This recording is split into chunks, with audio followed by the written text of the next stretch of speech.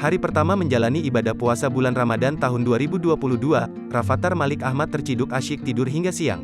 Alhasil Raffi kena imbasnya dan diomeli oleh Nagita Slavina. Kejadian awalnya yaitu Raffi bertanya kepada Gigi soal Rafathar yang masih tidur padahal hari sudah siang. "Kok belum bangun sih Rafathar?" ucap Raffi Ahmad dikutip dari Instagram @raffinagita1717, Senin, tanggal 4 April tahun 2022. Bak menegur, mendengar pertanyaan dari sang suami Gigi segera menjelaskan kalau sang anak ikut terbangun saat Raffi Ahmad hendak pergi mengisi acara sahur Facebookers. "Dia kan tadi malam ngikut kamu sahur, jadinya gini. Jam 1 kan, sebelum berangkat itu loh, enggak makan, dia ikut bangun aja," jelas Nagita Slavina. Rupanya tak hanya bangun sekali, Rafathar juga kembali bangun pukul 4 pagi untuk makan sahur. Makan sahurnya yang jam 4, makan cuma 5 suap, tapi tidur sampai jam segini coba, imbunya. Ibu dua anak itu pun langsung mengeluarkan unek-uneknya yang ternyata timbul perasaan khawatir saat anaknya menjalani puasa esok hari sambil bersekolah.